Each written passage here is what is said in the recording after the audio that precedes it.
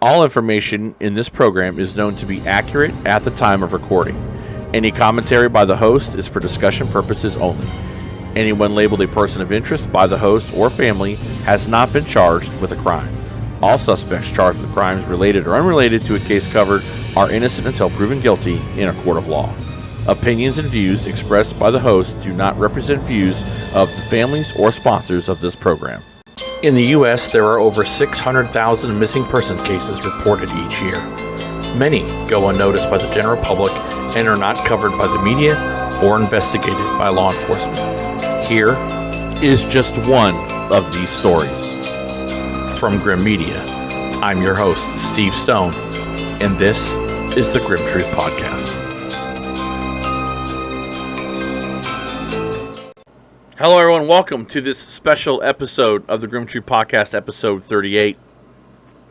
I'm your host, Steve Stone. Before we begin the podcast, if you haven't done so, subscribe to the Grim Truth Podcast YouTube channel. Hit that notification bell so you never miss an episode of the podcast or anything related to the missing and the murdered.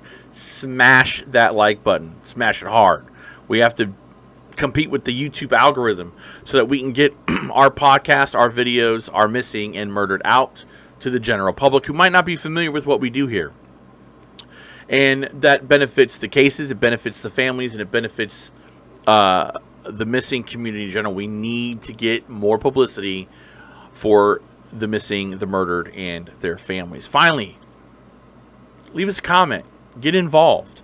I want to hear from you, even if it's a different opinion, even if it's an opinion that you disagree with. I want to hear. Either it doesn't matter. It's okay to have honest, open dialogue. As long as there's not a lot of drama related to it, name calling, being grown-ups and adults. But leave your comments. Leave also your support for the family. You have no idea how much that helps the families just from day-to-day life. Being able to look and go, hey, I've got some support. So let's do that. Also, before we get into today's video, it's brought to you by the Grim Truth Podcast Patreon channel, the website. For less than $3 a month, you can help the channel and also become a producer of the podcast. How about that? Again, less than $3 a month, you can help support the channel, help us pay the bills, and you also can become a producer. Anyone that donates to the channel on Patreon will have their name at the end of the credits as a producer of the podcast. All you got to do is go to www.patreon.com, search my name, Steve Stone, and become a member today. And I appreciate all of those current producers we have. Thank you so very much.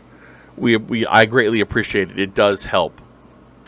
Christopher Sanders went missing on August the 13th, 2017 from Monahans, Texas. A lot of what we've learned about Chris's case has changed, especially today, right now, at the time of this recording. Our investigator and I spent a lot of hours on the phone last night going through evidence that we're going to have on here today, evidence to show that everything that we've been told is not necessarily true. I want to also state for the record that I am well aware that I would not be where I am without the initial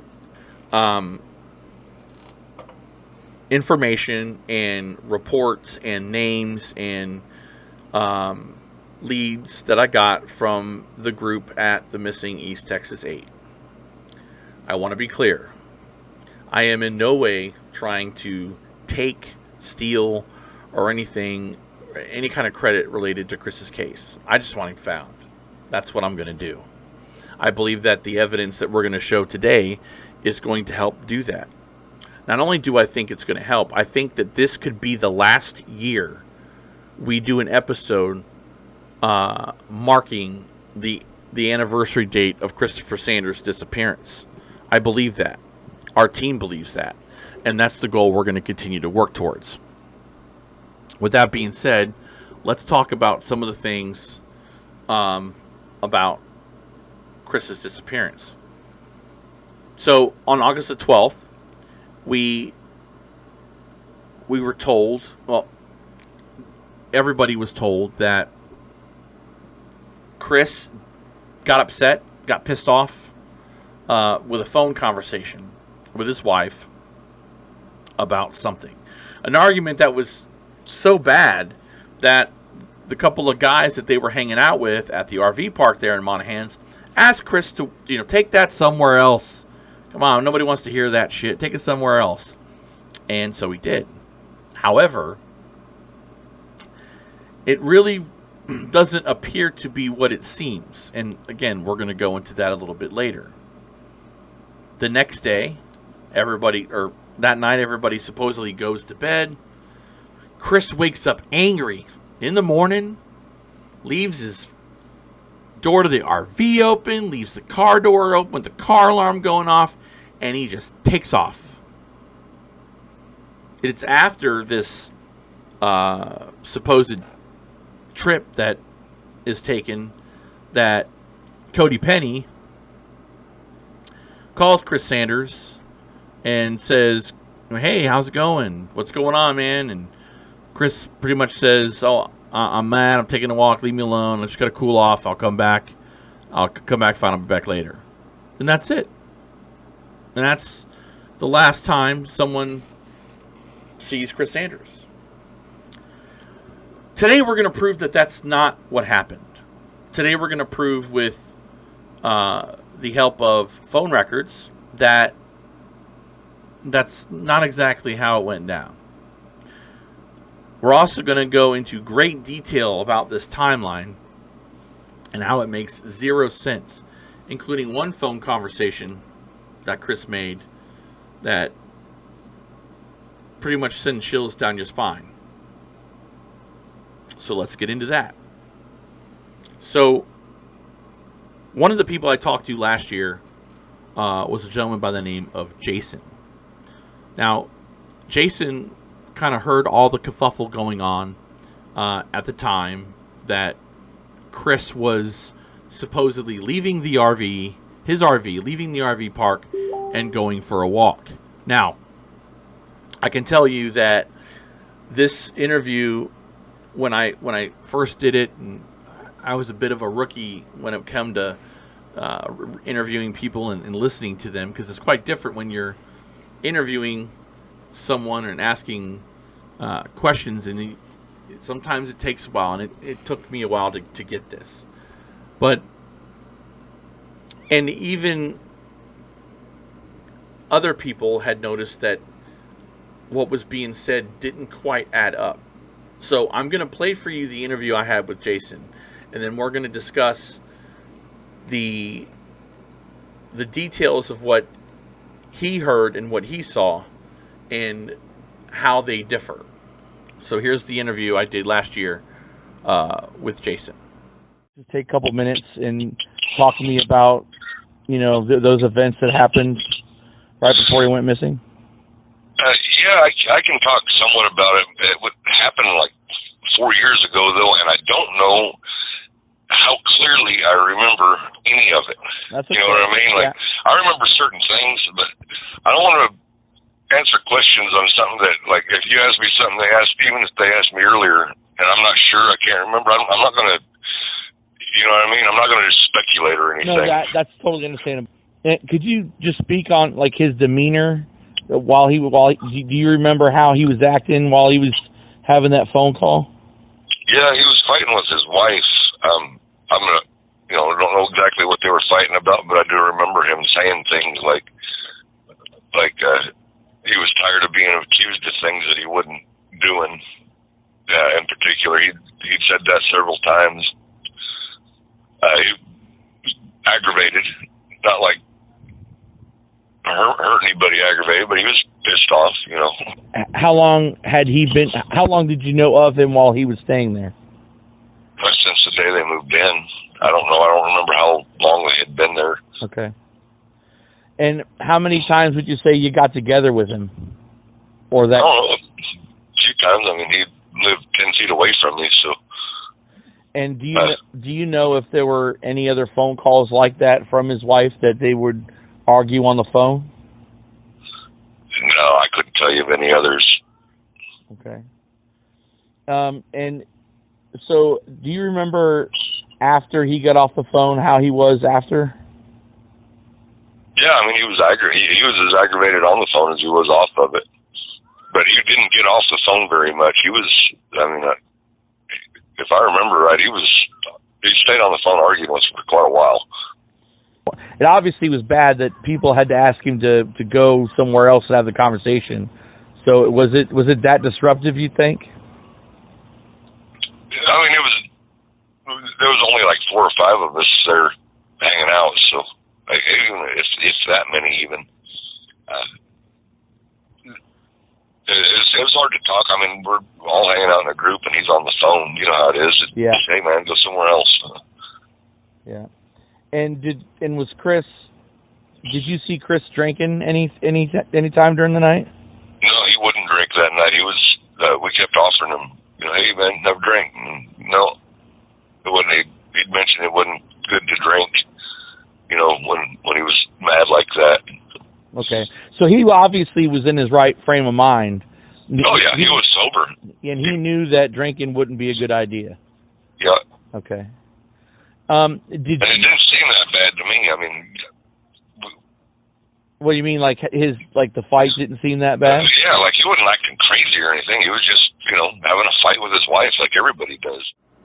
One of the main things that I wanted to point out, reason why I'm playing this interview again, is several things.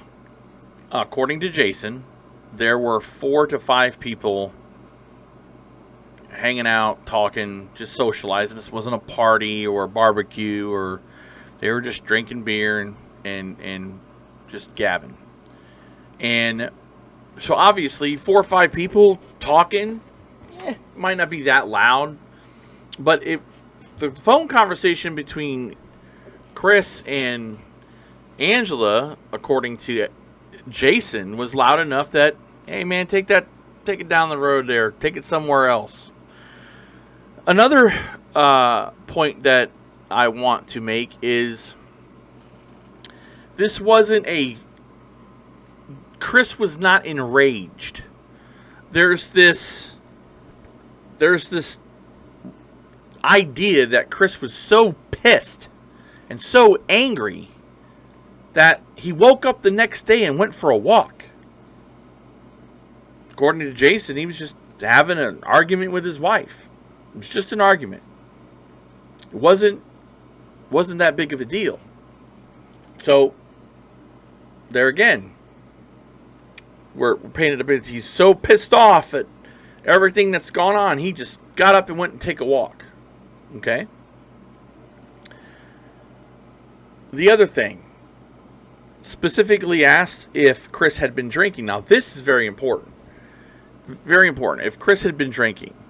If he had been drinking, that could lead to behavior. But according to Jason, and Jason makes he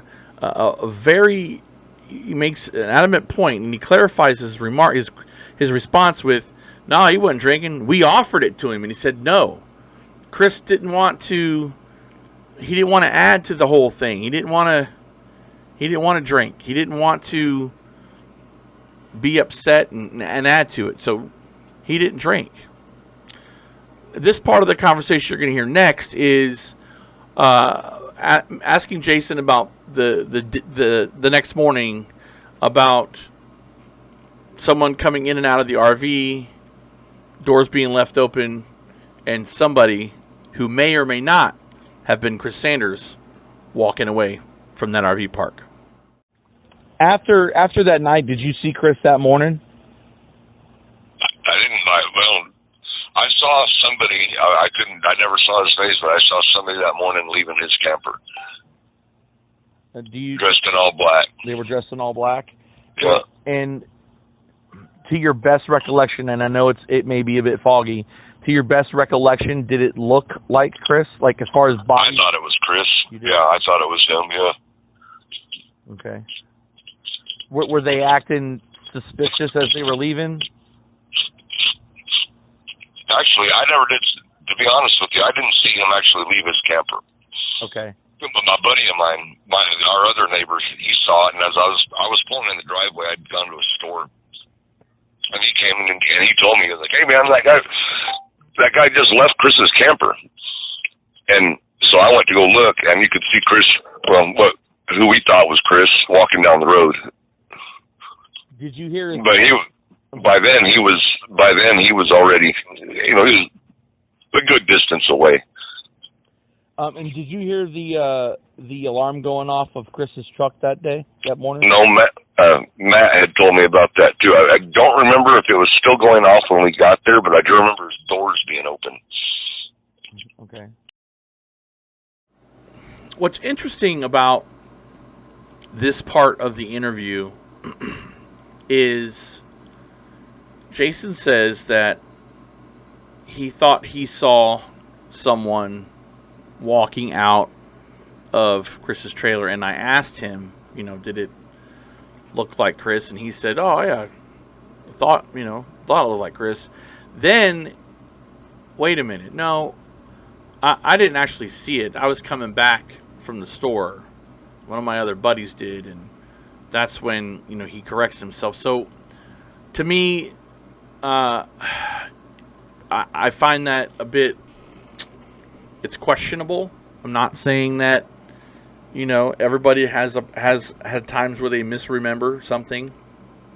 But, there has been always this hanging over the head thing where there's a man walking out of Chris's RV.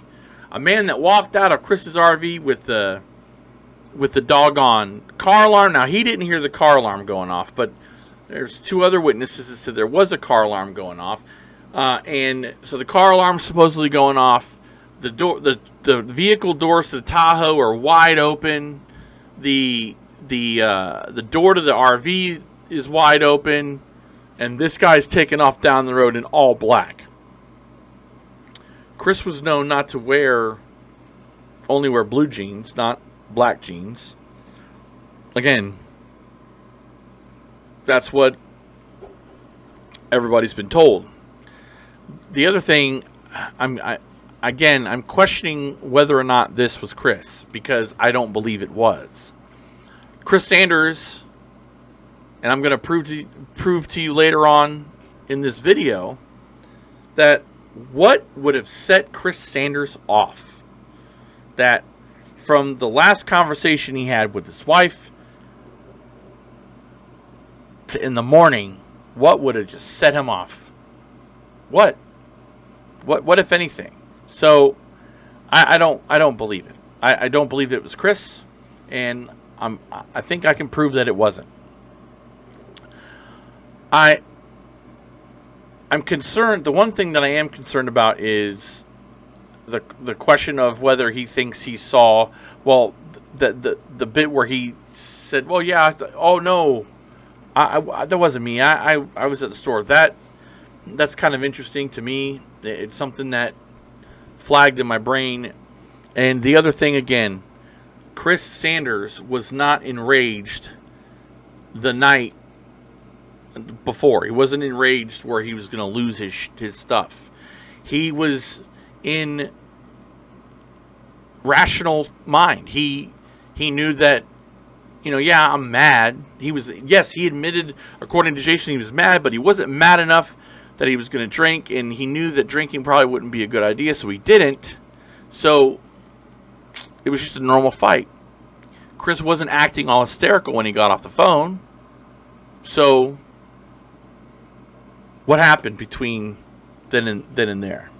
Finally, the other guy named Matt, this other witness. I have, for the last 6 months, have tried to get in touch with this individual to ask him questions related to the day in question. I have tried vehemently to get in contact with this individual, and I have not had luck. If you are Matt and you are watching this podcast, or if anybody knows Matt that was staying in the Monaghan's RV park on August the 12th, 2017 and August the 13th of 2017, get in touch with me, Steve Stone at thegrimtruth.com. You can also call the tip line at 321-343-4974. Now, my final segment with Jason is in reference to an encounter he had with Angela Sanders when she went up to pick up the Tahoe and the RV. Interesting what he says here. Take a listen. Do you recall ever at all Moynihan's PD coming there and checking out Chris's place? Who? The police department. Moynihan's. Oh, yeah. Okay. Did they go inside the trailer? I couldn't tell you if they went inside the trailer, but like I said, I lived right next door to it. So, and they came. That was actually another. I kind of forgot that happened. They'd come to get a statement from me and spook my dog. My dog was outside, and when the cops came around the corner, they kind of snuck up on us and scared the shit out of my dog. But I don't know what they went through. They asked a few questions, which I thought was, if he was really missing, I would have thought they'd asked a few more questions. Right. They didn't seem very thorough at all as far as the questions, and they waited several days. Yeah, that's the problem too. Time goes by, and it's like the first 2 days are very important when you're looking for a missing person. Did you ever see Chris's wife with the police at the trailer? No. Not that I can recall. And then were you there when she picked up his trailer in the truck? Yeah, I actually helped him hook it up. Okay. How did she seem? Distraught.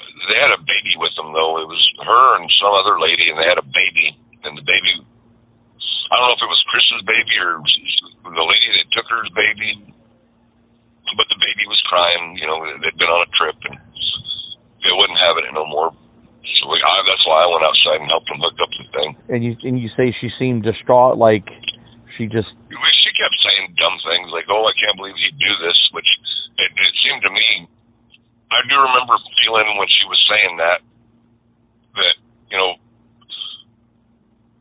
it's a little late to be, it didn't seem real. She didn't seem genuine. You think it was kind of like she was saying it just to say it for window dressing, I guess you'd call it? I don't know. She was saying it before I got out there. She was talking to her friend that was there, so I don't know if it was window dressing or not, but they rode in a truck the whole way over there. You'd think she'd have had it all out by the time they pulled up. You know what I mean? Yeah. Do you, and knowing the short amount of time you knew him, did you think he would just up and just walk away from everything just like that without saying something to nobody? No, man. He didn't seem like the kind of guy that would do that. I don't know. Chris, you could tell that Chris had lived a pretty rough life by looking at him. Yes, sir. Yes, sir. You didn't, that wasn't a secret. But I don't know, he loved his babies. Yeah, and that's what I wanted to... We had barbecues together, we weren't like close friends or anything, but they lived next door to us. So my wife and my kids and his wife and his kids, when they were around, they would come by and we'd cook out and talk and drink beer. And did Chris talk about his kids a lot? Well, he was there. I don't know if I would say a lot, but we definitely knew he had kids. We told stories about our kids and stuff like that. Well, I guess what I'm trying to ask, did he seem proud that he had, that his... Oh, yeah. Okay. He was a typical dad. He was, proud of his kids, proud of his family, worked hard to support them. Okay. As we unpack the final segment in the interview we did with Jason last year, he recalled that Monahan's came out. He had to give a statement. It was days later that they came out. No one obviously reported Chris missing the day of, and this happened days later. And he recalled that he wasn't impressed with how they were investigating it. They didn't seem like, this was a priority for them, and that makes sense. In large part to how Chris's case was called in as. Chris's case was not called in as a missing person. It was called in as a welfare check. Now, when you go do a welfare check on somebody, you're trying to check on their general well-being. If they're, if law enforcement knocks on a door and you're there, they want to check and make sure that you're physically and mentally okay. Are you a threat to yourself? Are you a harm to yourself or others, or a detriment to public safety?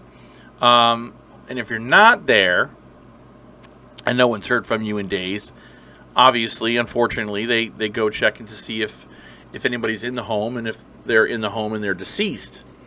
Now, Angela, who we're going to hear from later in the several interviews that we did with her, she said that she went there a couple days ago, and she did. A couple days after that, rather, she went there, and they went in and checked the RV.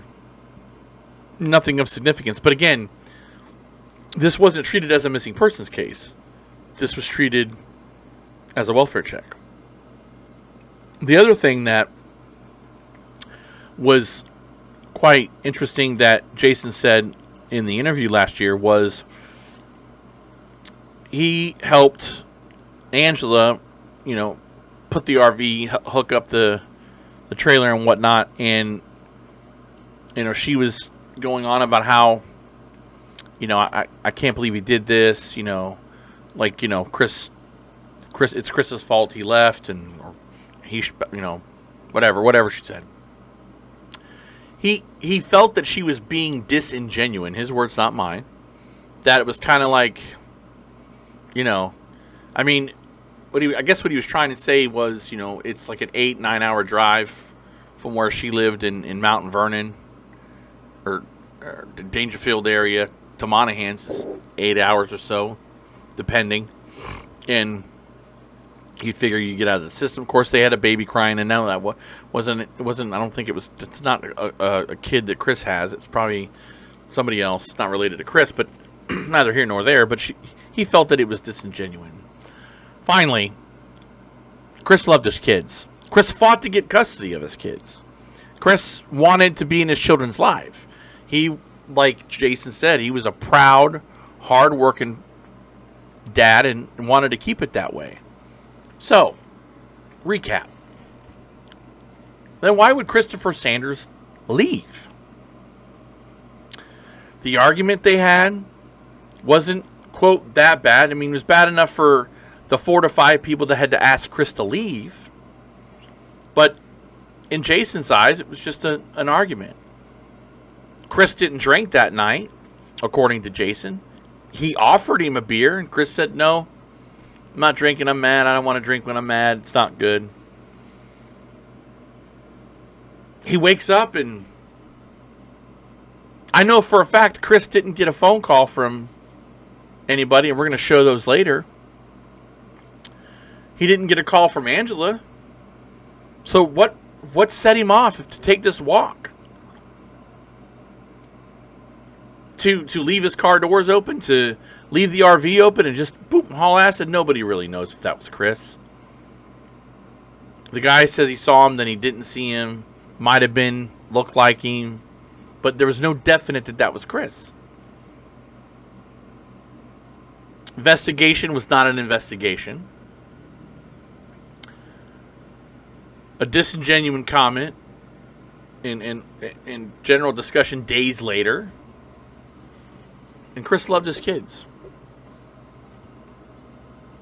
Our next interview is going to be with Harold Penny, I did. And I asked some of the similar questions to see if Harold had the same viewpoints. Now, Harold is not only, at the time, was not only, Chris's supervisor there at Trendsetters, it's also his uncle. So let's hear from Harold Penny as we continue down this.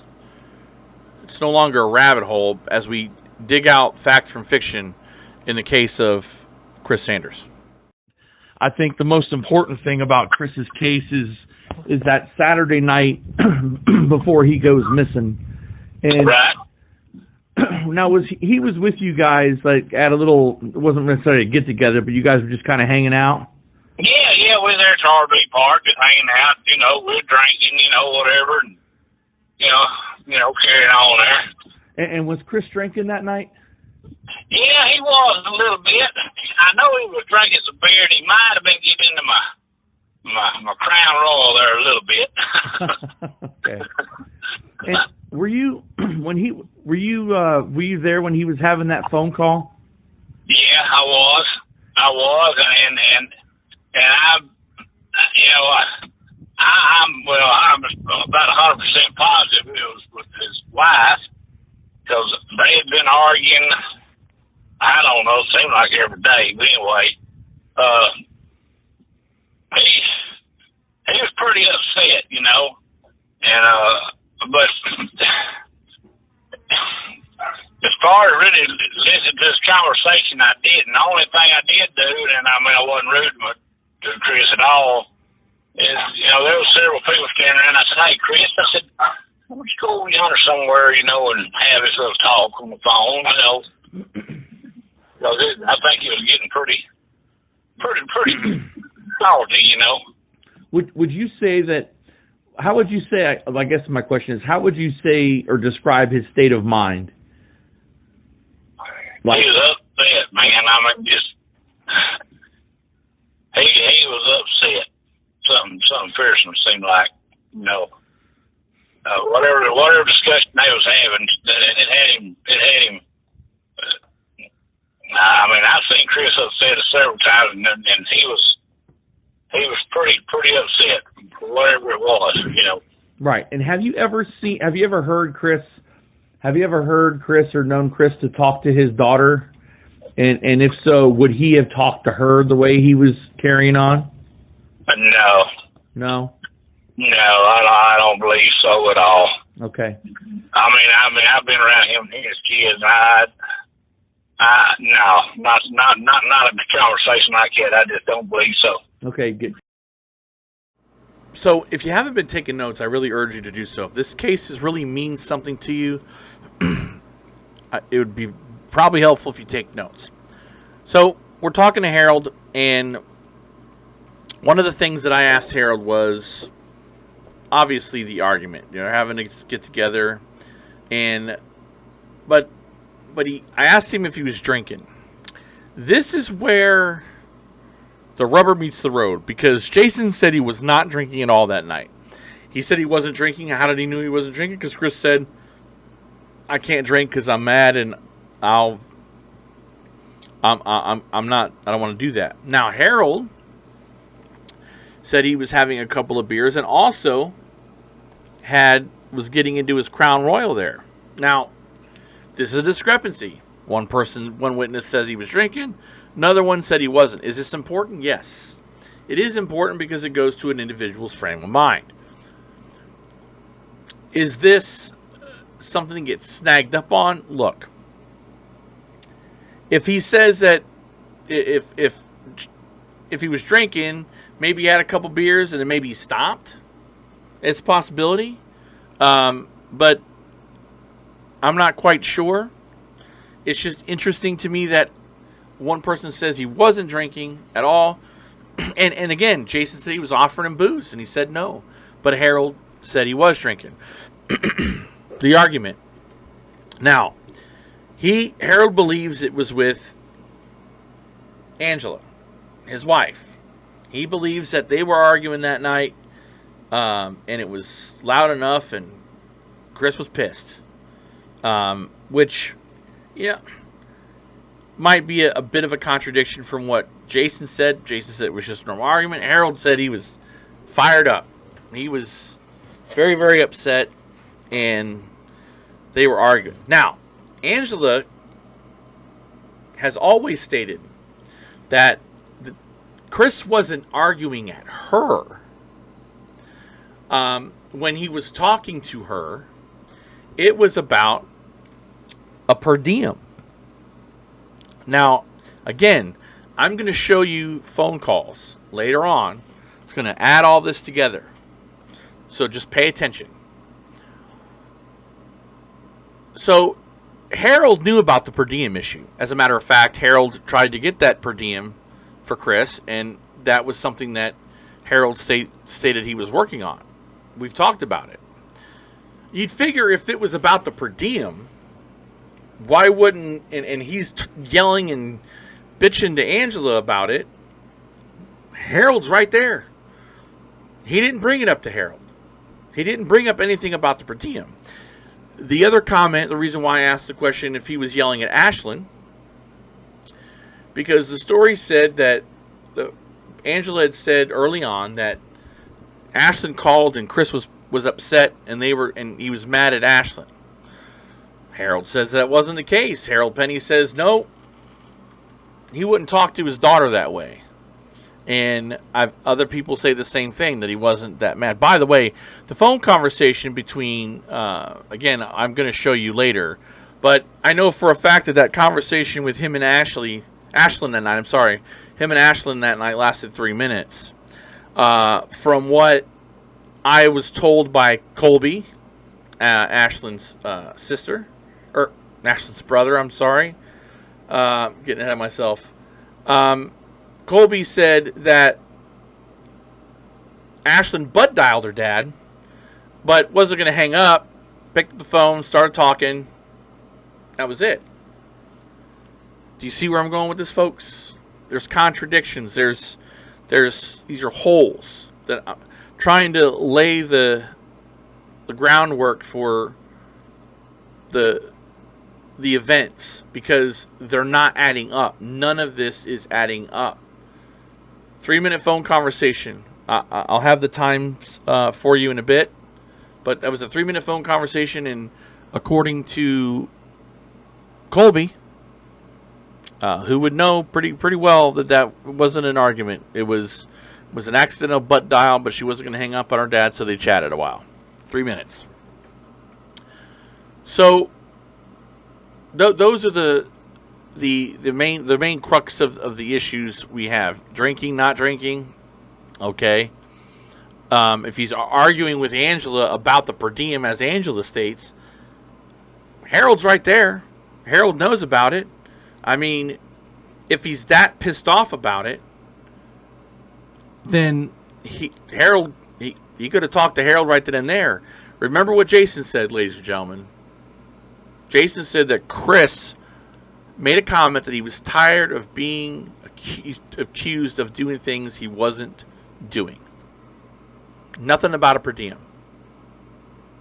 Let's get back to our interview we did with Harold Penny last year.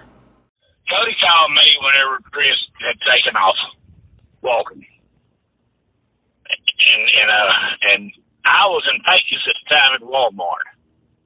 And anyway, he told me, said, Chris, just the neighbor told Cody, Chris's neighbor told Cody that Chris just took off walking.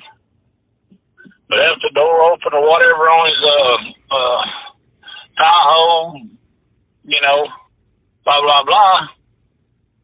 He said, nah. He said, I don't know what he's mad about. I said, well, he said, I think he just took off walking, but he took off walking down the interstate. And he left the door to the Tahoe open? Got the third road and gets on the interstate, walking down the interstate. And you said he left the door of the Tahoe open? Yeah, it was open. I remember, pretty sure that's what Cody told me, that the door to the Tahoe was open. And that's probably what set the alarm off? I think so, yeah. Yeah. The alarm was going off, yep. Would Chris be the type of person to draw that much attention to himself if he just wanted to go take a walk? Man, I wouldn't think so. Wouldn't he probably... I can understand Chris, Chris has been known to disappear for a few days back in his rowdy days, Right. But, figured if he's up, he'd take a walk and get away from everybody. I mean, I understand that. I do the same thing, whatever. But, that particular walk he took, I'm not, it makes no sense at all. And do you recall a week before that with Angela and the kids being up there? Yeah, it may have been about a week they was up there. Okay. And did Chris seem did Chris seem okay during that time? Yeah. Yeah. Okay. Yeah. I mean, the best I could tell he was. But I know we all sat around out there and set up, saw the kids there, and I'm assuming everything was okay. I mean, One of the things that's been very important to me that I try to pay attention to is trying to ask everybody what Chris's state of mind was during the time before and on that Saturday night. What was his mind frame? And again, I don't see a radical, unhinged individual that decides to up and take off. When I asked Harold about how Chris was getting along with the family, the family came down. Ashlyn, Colby, and Angela came down the week before Chris went missing. It was from July 29th to August 4th. They were down in Monahans. And I know I've talked to Colby, Chris's son, and talked about the things he did. His father was in a good mood and glad he was there. One of the things that I want to clarify is our phone records indicate that on the way there, Angela had called Chris a multitude of times. And also, while she's in town, she's calling Chris quite frequently. Chris is also calling Cody quite frequently. And the one, and why I bring that up is it's not because Cody, again, had anything to do with Chris's disappearance, but you look for patterns when you're investigating, especially when it comes to phone activity. Phone activity and phone records, they're either going to show a significant pattern, or they're going to show a lot of activity or not a lot of activity. And you're looking for activity, and you're seeing what's going on, if it drops off, if it increases, what have you. The phone records, when it comes to Angela and Chris, at the time that Chris and Angela were together in Monahans, there was quite a lot of activity. A lot of activity between Angela and Chris, and a lot of activity between Chris and Cody. Now, there has been information that has been sourced by several people, and no judgment here, that Cody has been involved with meth, the use and sale of methamphetamine. It has also been sourced that Chris, even though he was out of the game and he was clean and living a sober life, had to get access to drugs for Angela, because unfortunately she was still battling the demon. And we can only surmise, unless somebody else wants to come on the record, of the frequent phone activity. Now, having worked some of the roughest neighborhoods you can imagine, and dealing with drug activity and law enforcement and that kind of thing, this is the kind of thing you see. A lot of phone activity, short phone conversations, 2 minutes, 3 minutes, 6 minutes, and it's quick and to the point. This activity drops between... Now, Chris was still calling Cody, but not as frequently as he was when Angela was in Monahans. This is why I brought that up. I also want to add that Cody, I guess, according to Harold, calls his dad and says, hey, Chris is tearing shit up. He's left. He's left everything open. He's gone. Went and took off. Now, if what has been said is true, Cody's woken up, and we're going to get to Cody's testimony in a sec. Cody's woken up and said, "This is Chris." Now, it's quite possible, and it is very possible that that's the case. That somebody thought that, hey, someone's going in Chris's. That I think that's Chris. Someone could have gone in Chris's RV and it not have been Chris. Somebody could have been going through Chris's car and it not have been Chris. And that's what Cody woke up to. Very possible. Let's get back to Harold as we finish up his interview and we discuss further about Chris's disappearance and other events around that time. Take a listen. Who exactly was it that identified Chris was running? Was it the neighbor or was it Cody? The neighbor. The neighbor. Okay. So Cody. The neighbor's the one that come over and told Cody. Oh, okay. Okay. All right. And I guess the last thing I want to ask you, sir, is would Chris just go off and be the type of person where he wouldn't touch base with his kids, his mama, anything like that? Man, I just cannot see Chris, not touching base with his kids, for sure. For sure. He might get mad at his mom or he might get mad at, what's her name there, but to not get in touch, be in touch with his kids, no. I just don't. Now Chris told me 2 or 3 times in the past, and I did. I probably said it myself. He said, one of these days, he said, I'm gonna leave, man. Ain't nobody gonna know where I'm gonna be gone. And that just stuck in my head since this happened, But it just don't seem. How to explain it, man? Yeah, I understand. Did he ever explain to you that he was having problems with Angela? Oh yeah, he's told me. I've seen him have problems before. But did he ever bring up the fact that he was getting close to just saying, "I'm calling it quits. I'm gonna leave her"? Other than what I just told you, is one of these days he's just gonna up and he's gonna leave and that'd be it, And you attributed that to him speaking about his wife?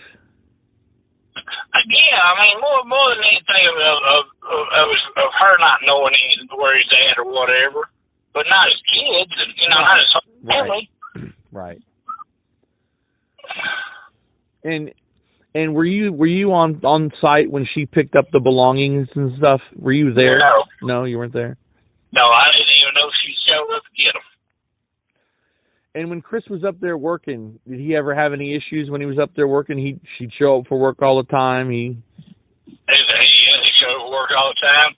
And that per diem issue you just was talking about, he was upset with the company with I was the boss, a superintendent out there. Uh-huh. Well, we was trying to get it, and what that pertains to is they was giving him $50 a day per diem when he was staying in one of Trendsetter's trailer houses that they had rented. But when Chris bought his own camper, his per diem was supposed to went to $100 a day. And the guys above me wasn't letting it happen. And I was in the battle with that, trying to get that done for him. And that was the only thing Chris was upset about. And him and I've learned his name just left me. Anyway, they even had words.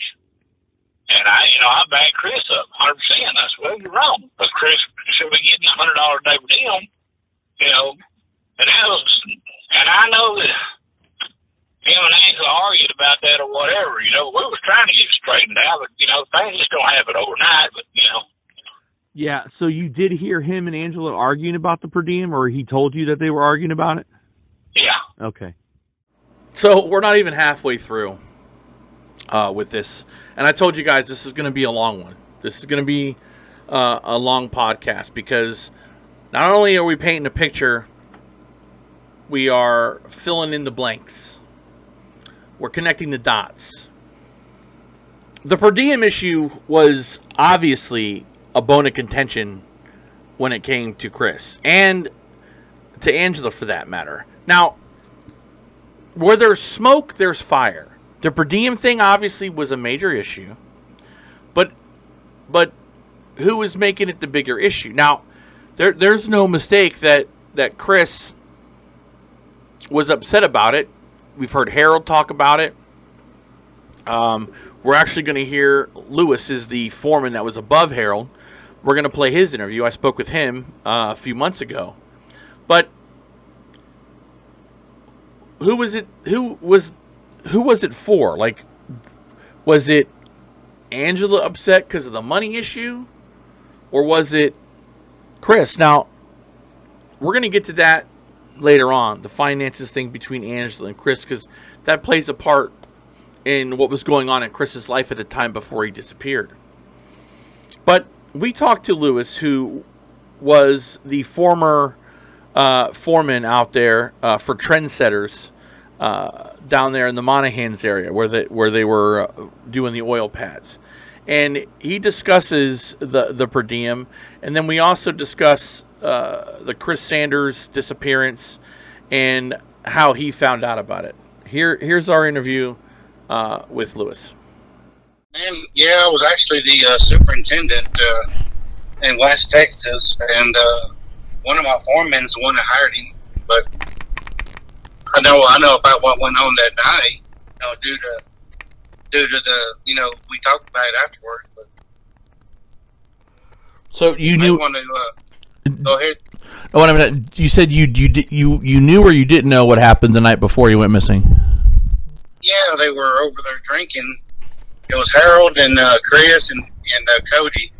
Harold was one of my supervisors, and he's the one that hired Chris. And of course, I approved it. And but it was Chris, Harold, and Cody. Cody was the son, and they all grew up. And I guess they knew each other from previous jobs, or I guess they lived around one another, and they always hung out together every evening. Are you aware of that per diem issue that was? The way the per diem, and during the time, I was superintendent over the East Texas area. Okay. We had a superintendent way before Chris, way before any of this happened, and because I was here probably 2-3 years before I met Chris or Harold and anybody. Anyways, we had a superintendent over here that was a good superintendent, but he did not know how to manage a construction company, and he was basically a lot of money ran through the company, but it was mismanaged. They were spending $30,000 to $40,000 in hotels.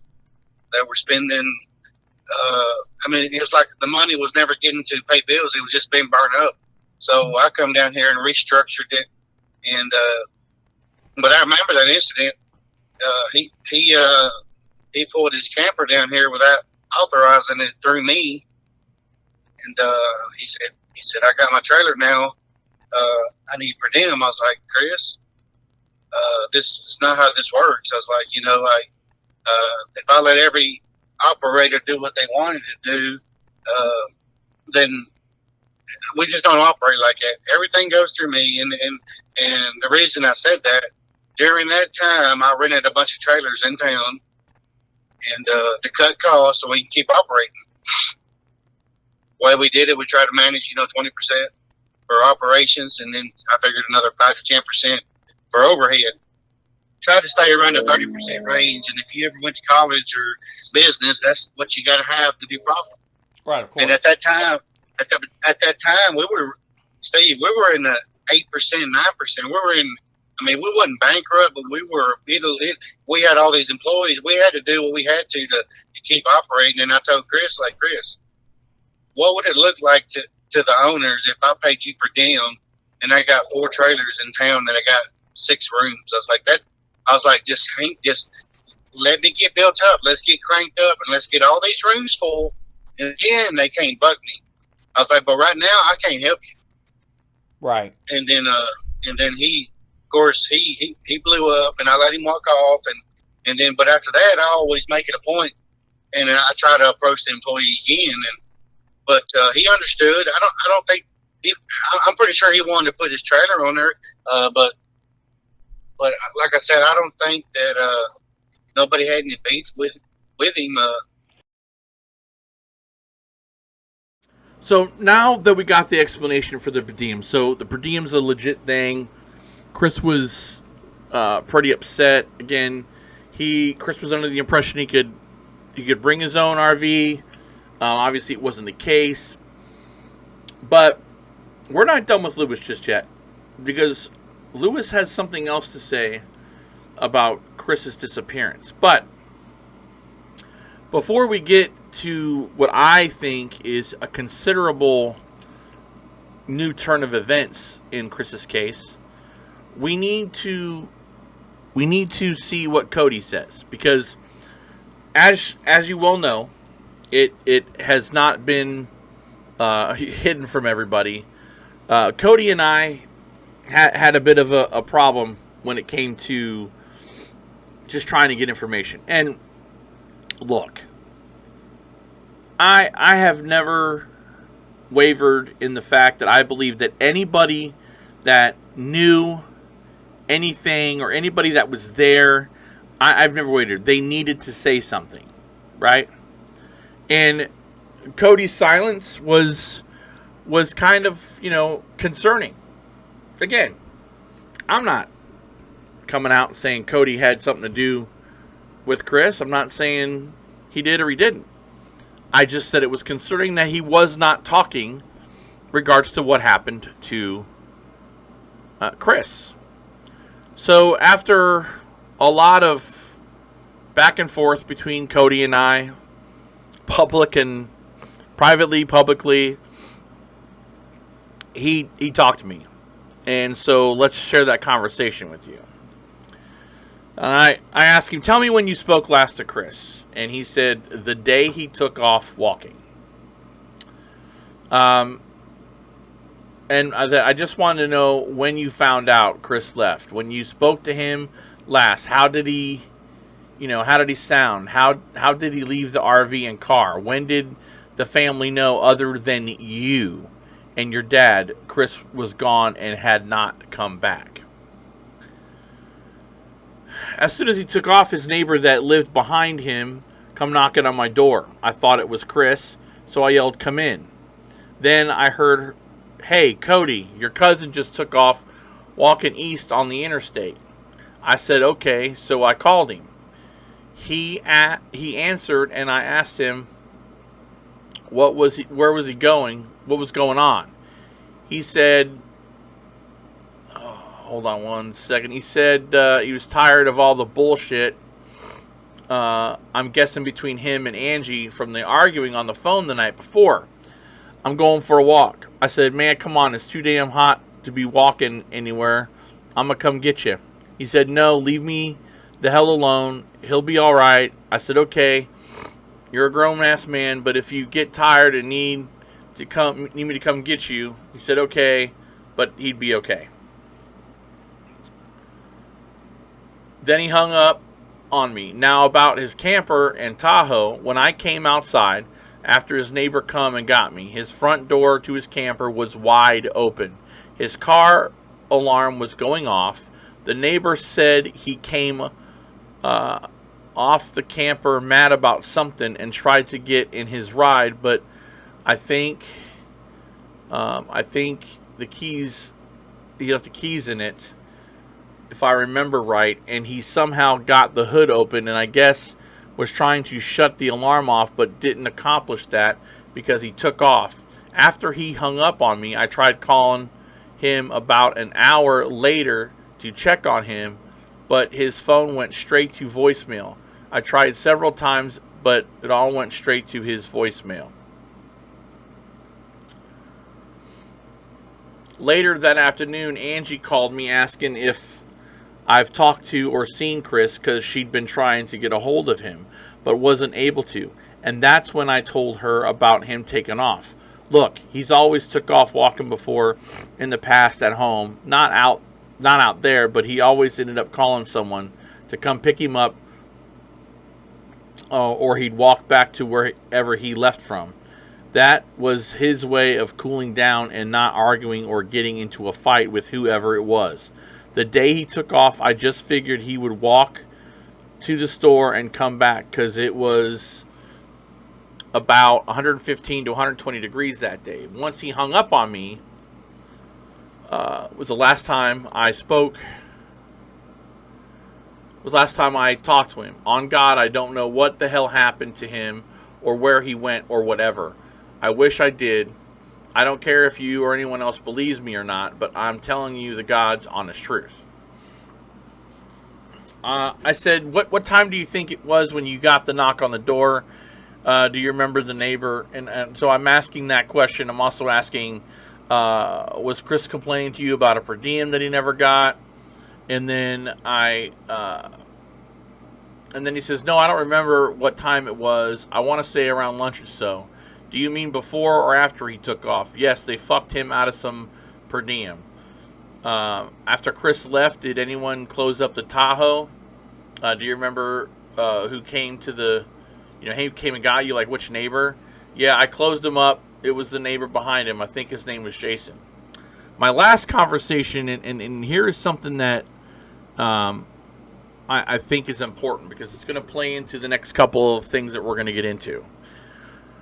The last question I asked that I never got a response for was, and other than the phone call when Chris was arguing with Angela, did he get into a beef with anyone else before he disappeared? I didn't get an answer. Where the rubber meets the road, I've said it before. Now, we have all assumed that this happened during the day. But Lewis adds one more extra piece. Well, you can call it a piece. Either he adds a piece or takes away a piece to the puzzle. Listen to this. Did you hear about any fighting going on or an argument or anything like that? Yeah, that's what I was asking Harold the next day when we found out all about it, and he was telling me that they were over there drinking. It was Cody, Chris, and Harold. And Chris, he had some anger issues. He took anxiety medicine, and he was talking loud to his wife, and on the phone or something. And of course, Harold and Cody told him that he needed to calm down and quit talking to people like that, and he needed to settle down. And apparently, after that, he took his shirt off and started walking down I-20 going towards Odessa. And I was like, well, y'all didn't follow him or anything? He said, no. He said he has a lot of anger issues, and he's done it before, and he stayed gone for a long time, and we figured that he was just doing the same thing again, Because I questioned Cody, and I questioned Harold. I was like, why wouldn't y'all follow him? If the guy's been drinking, y'all just sit there. We just thought that Harold said he wasn't there when he went missing. Is that what he is that what he told you? Harold, I want to say Harold and Cody was there because I talked to them, and they were really close. And I wouldn't see no foul play, but I don't know. I've sat back and tried to figure it out, and I'm sitting here thinking, hey, I'm the employer here, and I know a little bit of information. And like I said, I would say Cody and Harold are going to be the ones that can help you the most because they were there. Yeah, and they said though he told me, Cody told me, and whenever he went in his little camper deal and left the door open, and they were talking to him, and he wouldn't listen to him, and Cody called him one last time, and I was like, well, where was he going? Well, he was headed towards Odessa. Now, we're hearing now that, according to Lewis, who's the foreman at Trendsetters, by the way, has been completely atrocious. They've not been very helpful. I've called their human resources department over a dozen times. I emailed the owner, everything to try to contact Trendsetters to get more information, and nothing, zip, zero, zilch, nothing. It's like Chris never worked for him, and he did. But this foreman comes out and says that he's told by Harold and Cody that he gets off the phone, he's pissed off, he's angry, tears off his shirt and starts walking at night. Like, they're all... The way the foreman lays it out is that they're all drinking, yada, yada, yada. Chris has the phone call, and that's it? Is that how it went? Now, from everything that we've been told, it happened on Sunday morning, not Saturday night into Sunday morning. I've talked about this before. This is something I've always thought. Some of this stuff I knew, but I wasn't able to confirm it. I wasn't able to have any validation to what we were being told. Now, again, could this guy be wrong? Sure. Could things be getting misremembered? Sure. On both parts. I'm letting you what you think is true. And I'm also would love to hear from anybody. Again, I'm just putting out what is being told to me. You're hearing it. I'm not making this shit up. It's coming to you from the very people that we've interviewed. But we have a witness that says he saw Chris walking down the interstate.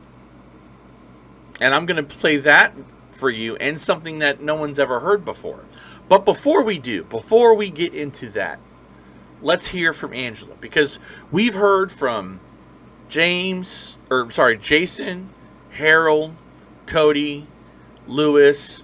We've heard from all these people. So let's hear from Angela, how she tells how things went down and what she thought happened to Chris. The day Chris goes missing, he notifies you, or he waits and then notifies you, right? Well, he's the one I finally got a hold of. After Sunday afternoon when I couldn't reach Chris. He's the one that told me that Chris went for a walk.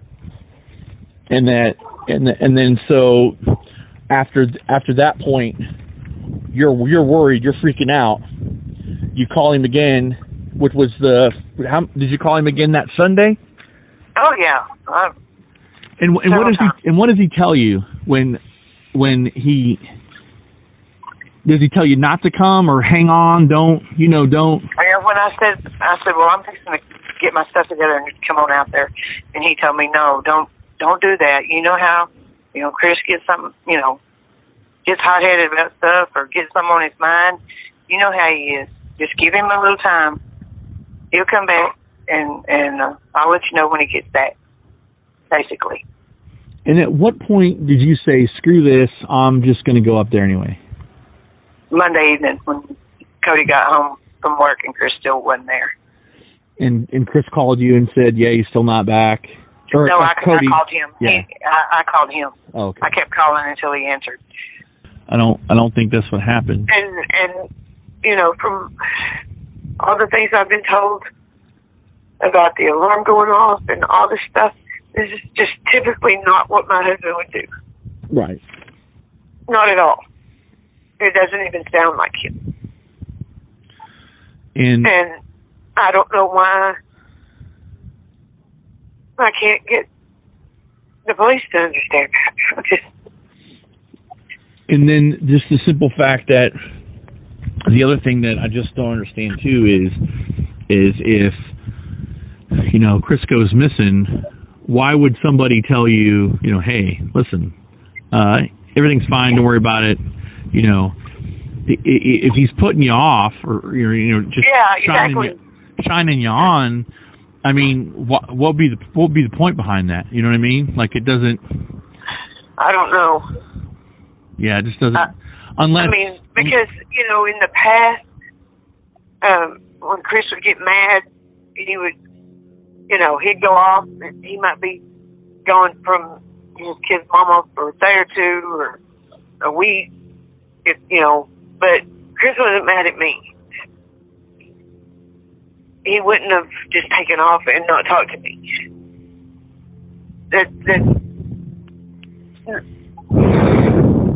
Cody just said that he had a lot on his mind. He said that he was going to go for a walk to clear his head.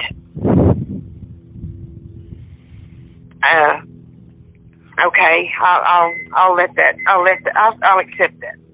Not that I really think that he would go for a walk to clear his head, but that's what Cody told me. And I don't understand why he turned his phone off. You're calling Chris back and you're not getting a hold of him, right? You can't reach him? No, I kept going straight to voicemail. And then so you straight call voicemail. And you call. I call Cody. Is he back? No, I haven't seen him. I haven't heard from him. He told me he'd call me when he got back. Okay. And, I say something about coming out there. No, just hold off. Just hold off. Let him calm down, clear his head. He'll be back in a little while. Did Cody Did Cody say that Chris was going to call him when he got back? Yeah. So, in that clip that we played of an interview I did with Angela last year, she says that she didn't hear from Chris, so she called Cody. And then I said, when did Cody tell you that Chris went missing?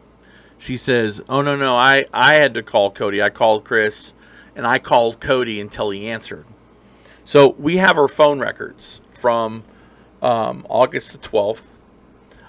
Again, I'll give credit where credit is due. I obtained these phone records from the missing East Texas 8. Very appreciative of the phone records. So let's take a look at them, shall we? I've never done this before, so bear with me.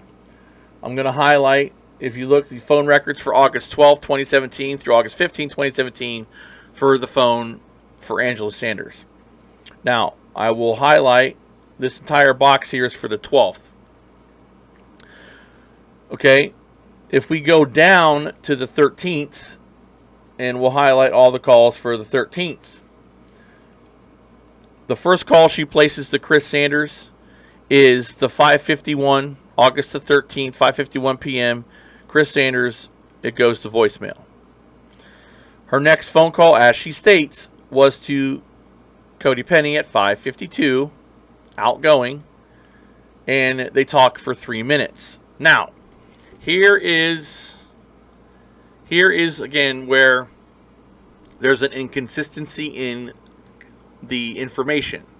She said she had to call Cody a few times until he answered. According to the phone records, he answered on the first try. Again, right here, August the 13th, 5:52, Cody Penny, 3 minutes. She then calls Chris Sanders at 6:04, goes to voicemail, then calls him again at 7:28, goes to voicemail, and then she doesn't call Chris the rest of the night. She spends 46 minutes on a call at 10 p.m., and that's it. So for Sunday, she doesn't talk to Chris at all and calls him 1, 2, 3 times. And then she talks to Ashton for 10 minutes. She talks to another number for 14 minutes, and then another number for 46 minutes. No other calls to Chris. I want to talk about the 12th, and this is important. Now, I want to state for the record, I do not have in front of me Chris's phone records. I do have written down what the PI gave to me of the times that Chris received phone calls. We can correlate that with the with the phone records that we have for Angela. Steve, why are you doing this? Well, I'm trying to show a pattern. Let's go back to the phone records. August 12th, again, I'm going to highlight right here. Okay. Chris Sanders calls Angela at 7:52 a.m. That phone conversation lasted 21 minutes. Okay. The next call that she gets from Chris is an incoming call at 12:53 p.m. on August the 12th. 4 minutes. Remember, August the 12th is where this argument took place.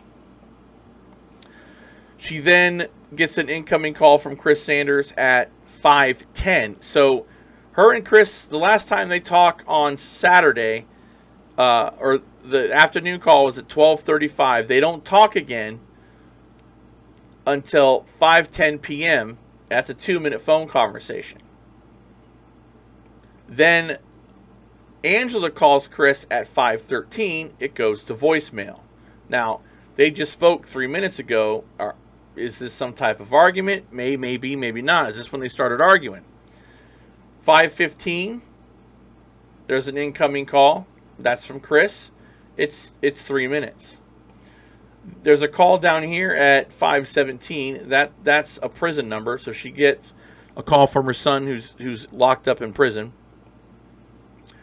On August the 12th, there's an outgoing call. She calls Chris at 5:33 p.m. and that's a 3-minute call. Chris calls back at 5:36, 5-minute call.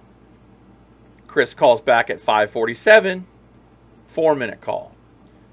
Now, here is where the cream rises to the top. She gets a call from Chris. It goes to voicemail. It's an incoming call from Chris, goes to voicemail. Chris then speaks to her, or then Angela calls him back for 4 minutes.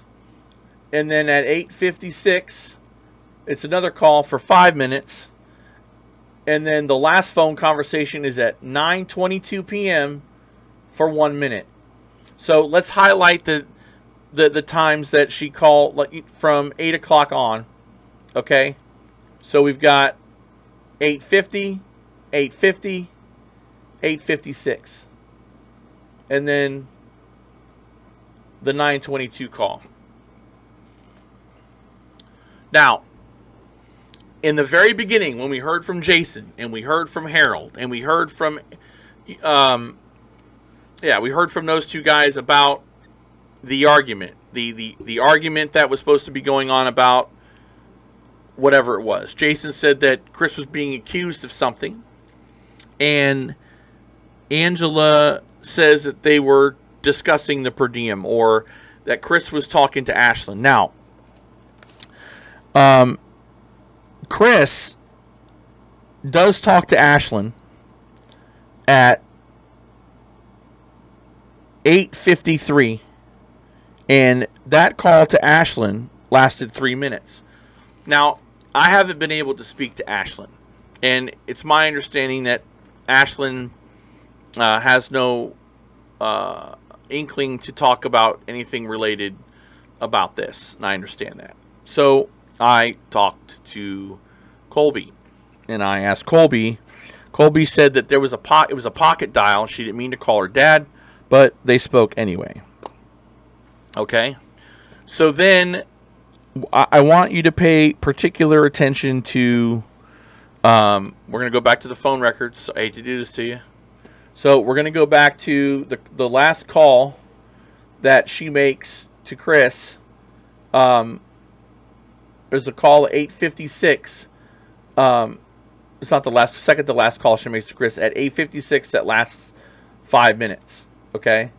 Now, Ashlyn calls Angela. I'm sorry. She calls Ashlyn at 9:01 for 2 minutes, and then Ashlyn calls her back at 9:02 for 2 minutes, which doesn't make any sense. I'll have to check on that, but there's 2 calls to Ashlyn. Now, at 9:12 on Chris's end, at 9:12, August the 12th at 9:12, there's an 11-minute phone call.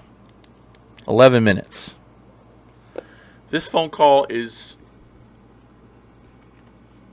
a different phone call that the kids are getting. According to Colby, his father was telling them that he loved them both and wished them well, was giving them some advice.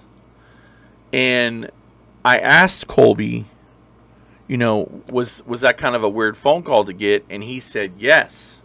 Said it was a weird phone call because there sounded like there was something wrong.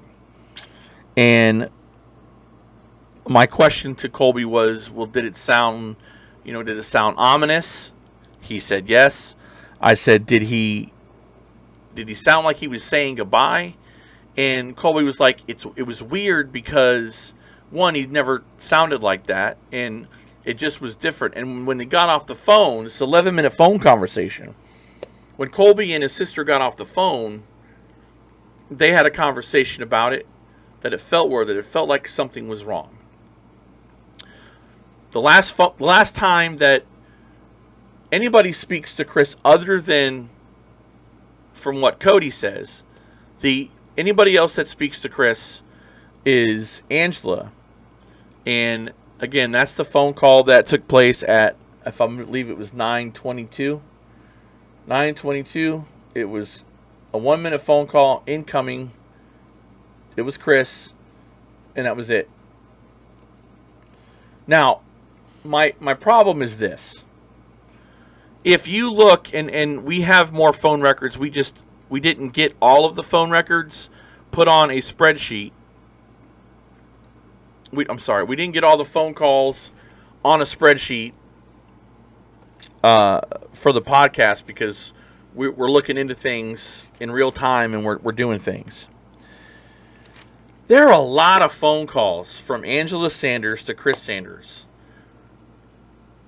the week before, from July 29th to August the 4th.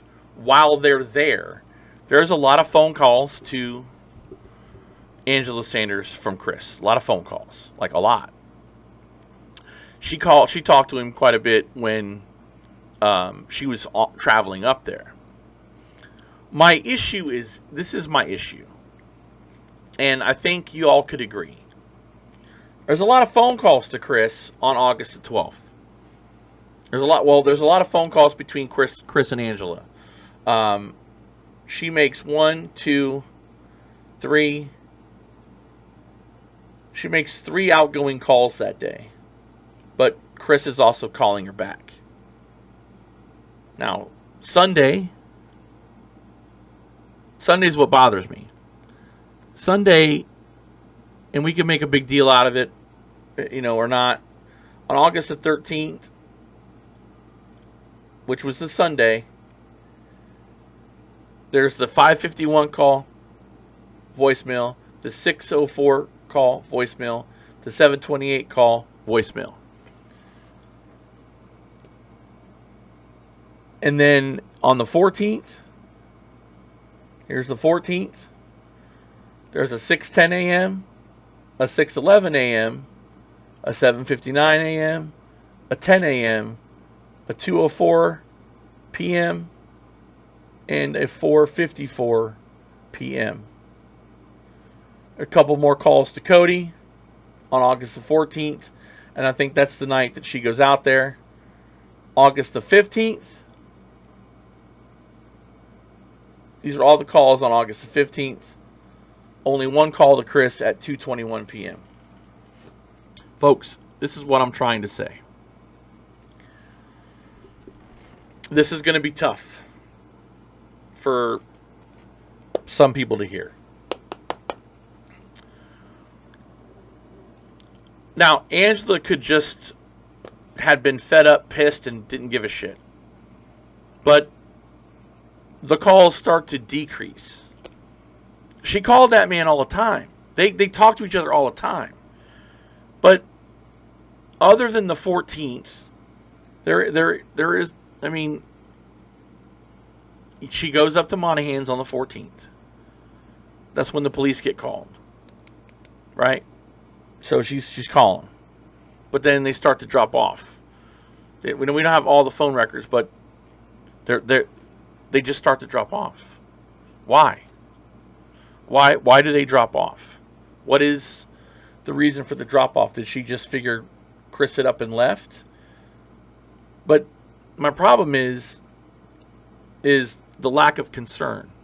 Because I don't care about, I mean, the rift between her and Sandy, which is well known, it's not a secret unless you live under a rock.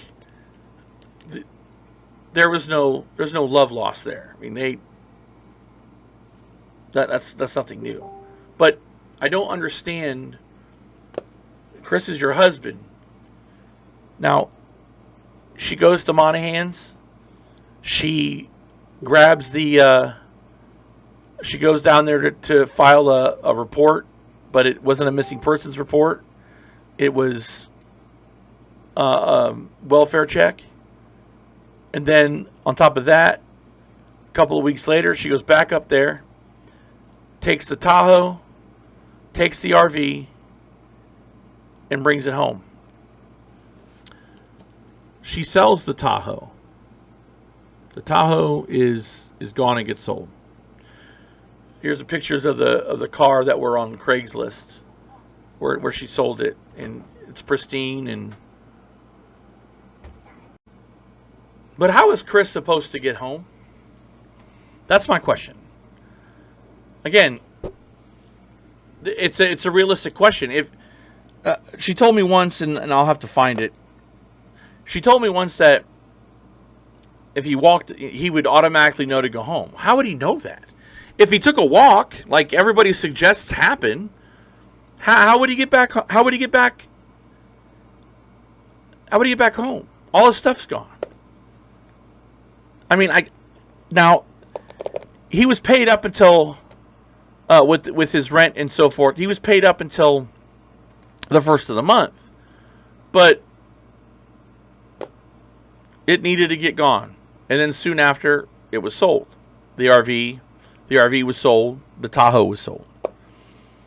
These are questions. What concerns me is with everything that we have here, there's a lot of questions that need to be answered. And these are the facts. Now, Angela has said that she met with a Texas Ranger and was cleared. Now, I can tell you that I've talked to the Texas Rangers. Nobody has technically been cleared of anything. She did give according to what I was told, she gave a statement to another ranger in her area, another Texas Ranger in the area, but it wasn't really an official statement. It was just answering a couple of questions.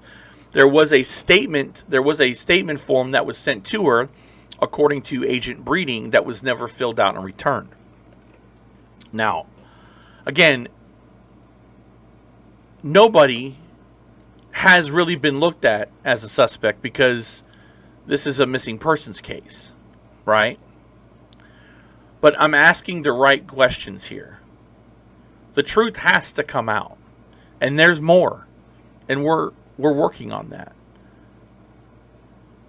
As we wrap this up, I want to introduce to you a witness who says he saw Chris in the early morning of August the 13th, and it's pretty chilling. Take a listen. Hey, how's it going? This is Hey, how's it going? Oh, pretty good. Yeah, I'm ready to talk if you got a minute. Yeah, absolutely. So so just tell me when you think you spotted him, what was it? Was it night or day? Well, I'm pretty sure it was him because, well, it was, I don't know how many years ago. Like you said, it was like 4 or 5 years ago. About 4 years like ago, that. yeah. We just passed the It was- anniversary Friday. It was quite late because me and my wife were at her aunt's house, and we're just chilling, hanging out at her aunt's over in Odessa. So we're coming back late, just somewhere probably, I would probably say after midnight, it's probably like around 12:30ish. After midnight for sure, like maybe around 1 o'clock in the morning almost. So we're coming back late, and I always use a service road when I can, because back at that time 4 years ago, the oil field is always busy. So I try to use a service road to keep away from the traffic, the 18-wheelers. Yeah. So we're heading on the service road like I always do, which over here the service road is damn near dead. There's no one on it at nighttime. It's a ghost town. That's why I feel safe on it. So I'm all by myself, and there's 2 lanes in the service road, one up and one back. So I usually just drive in the damn middle because there's no one else around.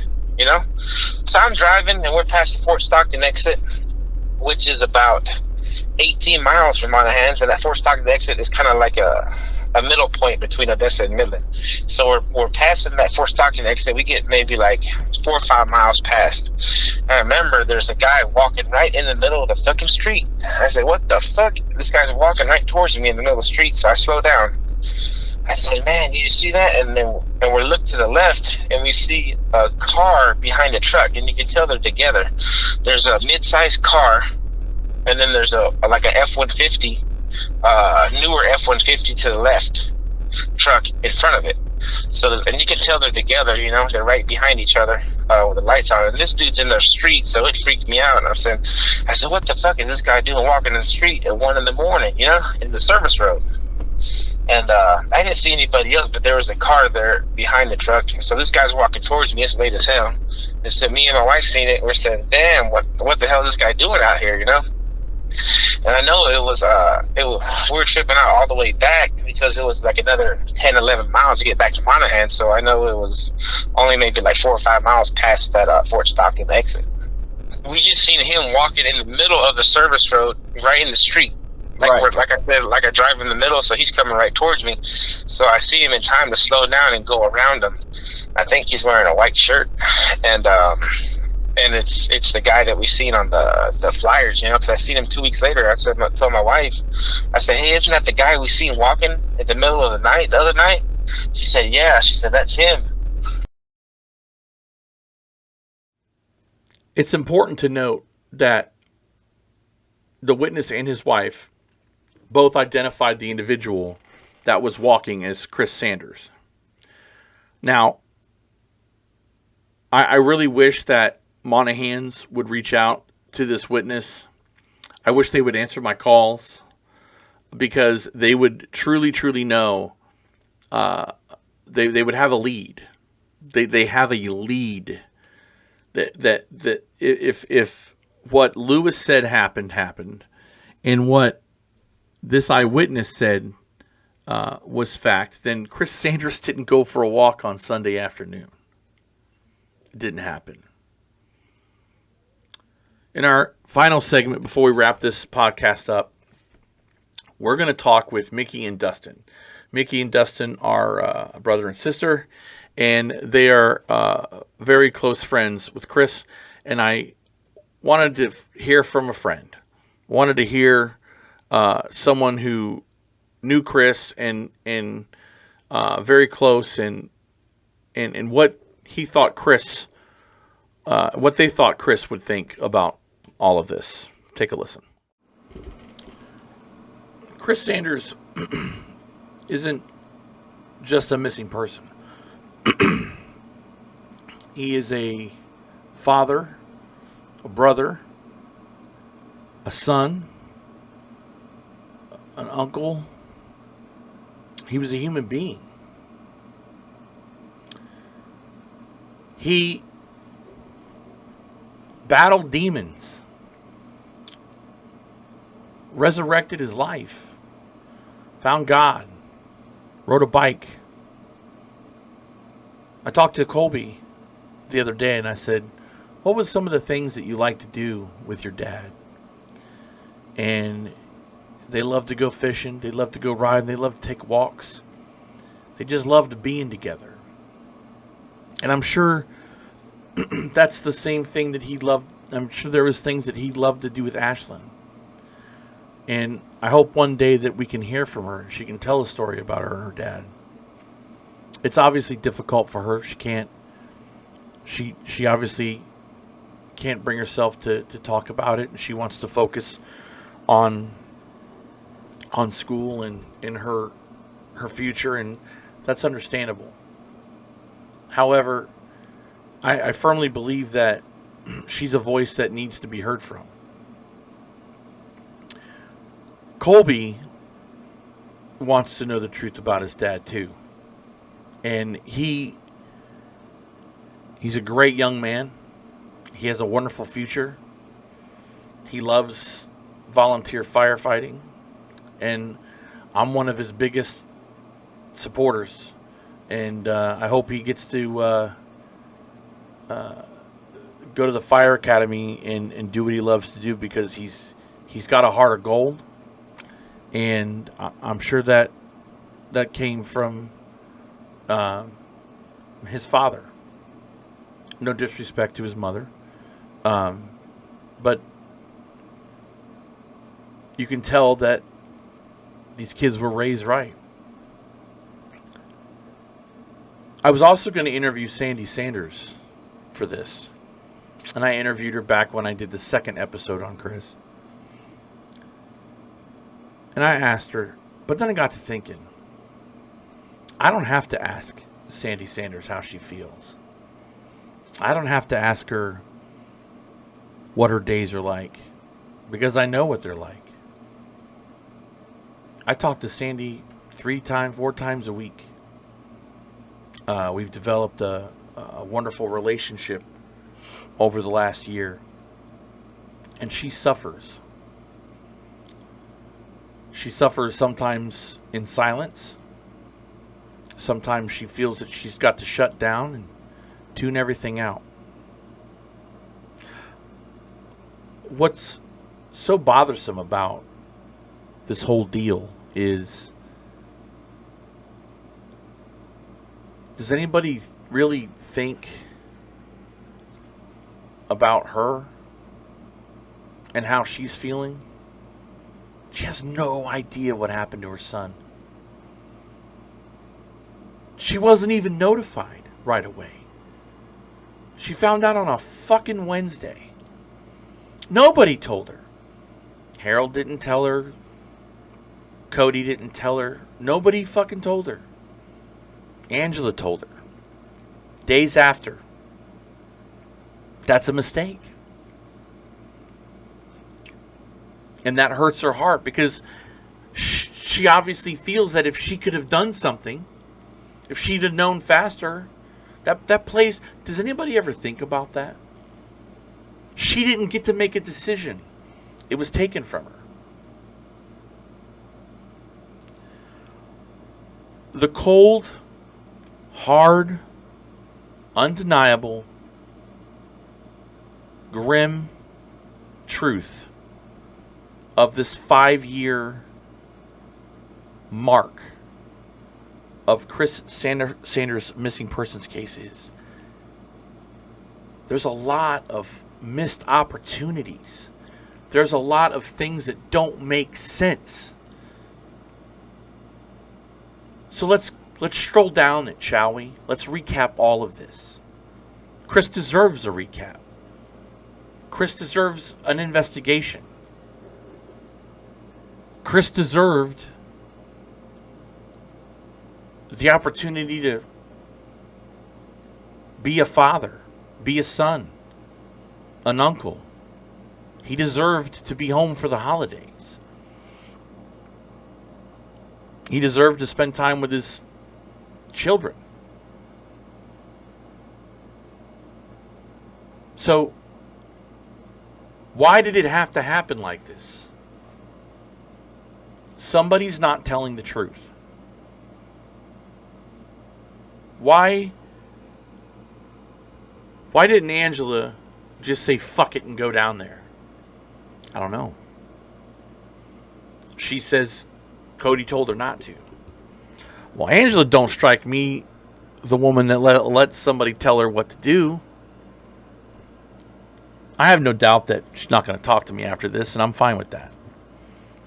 I'm asking questions. That's my job. No matter her disagreements with Sandy, no matter her relationship with Sandy, why wasn't she the face of Chris's missing person case? Why wasn't she handing out flyers? Why wasn't she continuously posting on Facebook? Why? Why did she have to sell the truck? Now, she says the truck was hers, but in the state of Texas, the tag has Chris listed and Angela listed. Now, if it was Angela or Chris, wouldn't have mattered. But it had both of them. So that sale shouldn't have happened. It's like Chris was erased, gone. Like, okay, he's gone. A couple of years later, from sources, she was in a relationship with somebody else. Did Angela have anything to do with Chris's disappearance? I don't know. I can tell you optics look terrible. I can tell you that none of it makes any sense. Even the smallest detail. I mean, the way it looks, that's an important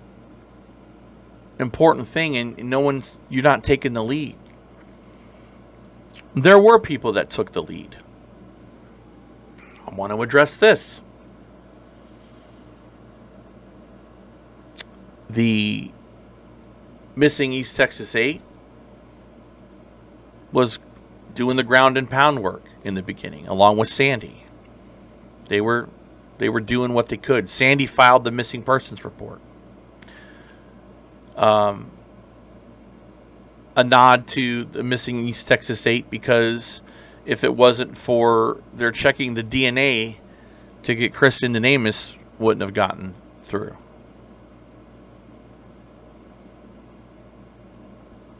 What happened to Chris Sanders? Well, I can tell you that he didn't go for a walk. Whatever happened to him, it happened Saturday night, early Sunday morning, and somebody knows where he is. We know somebody knows where he is. We know several people that have an idea. We don't need a 6th year and a 7th year.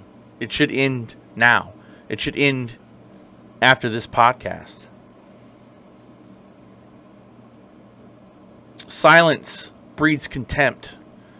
Contempt breeds distrust. Distrust leads to hate. On and on. It's a cycle. In 5 years, now Chief Quintana, who was a lieutenant and a captain, has been promoted twice, since Chris Sanders has been gone. His daughter's in college. Kobe's figuring it out. And we still don't have Chris. We're still investigating. And we're going to continue investigating because we're very, very, very close. We're just at the tip of this iceberg.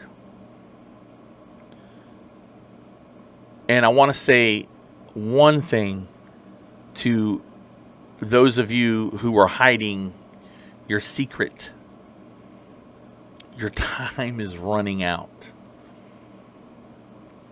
We are on this 24/7. We are going to find out what happened to Chris Sanders.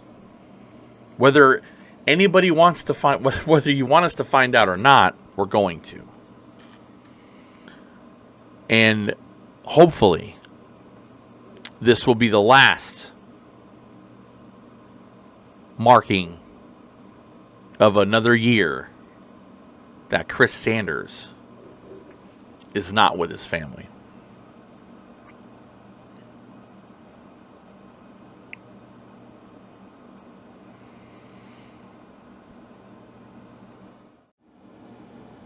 There's a $10,000 reward on the whereabouts of Chris Sanders or anybody that knows what happened to Chris Sanders. He was 40 years old when he went missing. He's 5'11", 190 pounds, reddish blonde hair, blue eyes. He was missing his top teeth and prepped for some dentures, multiple tattoos on his chest, stomach, arms, and legs. Again, $10,000, cold, hard cash. But you're going to have to earn it. And that $10,000, it will go back. The $10,000 is a temporary deal. It's going to go until September the 13th. So you've got 1 month starting tomorrow. You can leave a tip at 321-343-4974. Again, 321-343-4974. If you want the reward money, you are going to earn it. That's going to wrap this episode 39. Chris Sanders, 5 years is enough. I want to thank Sandy Sanders from the bottom of my heart for her support and for her friendship and for allowing me the opportunity to speak on behalf of her and her son and her family, and the opportunity to be Chris's voice. I also want to thank Colby. I also want to thank Mickey and Dustin, our wonderful investigative team. And we can't do any of this without you. I would ask that you continue to support the Sanders family. Check out our official Chris Sanders website, the Facebook page. It'll be in the link in the description below. Thank you so very much for watching this long but worth it episode of a man who deserves to be found, a family who deserves the truth, as we continue to be a voice for the voiceless in search of that truth. I'm your host, Steve Stone, and this has been the Grim Truth Podcast.